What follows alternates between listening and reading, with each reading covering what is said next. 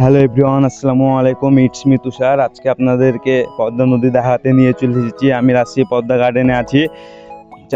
পদ্মা নদী 4 নম্বর বিপদ সংকেত দেওয়া হয়েছে, তাই আপনাদেরকে আমি নিয়ে চলে আসলাম রাজশাহী পদ্মা নদীর ধারে।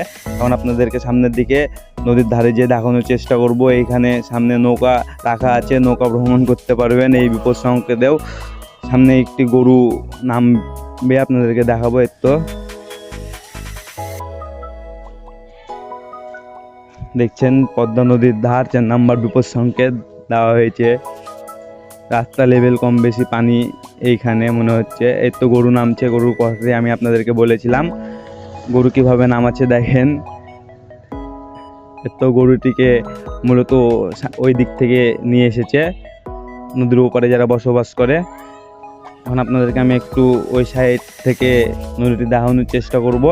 একটু সামনের দিকে যাচ্ছি। কিছু কিছু স্টুডেন্ট নদী দেখতে এসেছে, যেহেতু নদীতে পানি লোড।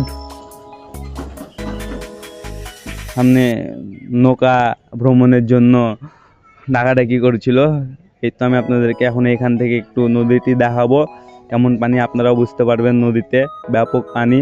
তো আমি আমার এই ছোট্ট কন্টেন্টটি এখানে শেষ করতে চাইছি। সকলে আপনারা আমার জন্য দোয়া করবেন, আমি যেন আপনাদেরকে ভালো কোনো কিছু দিতে পারি।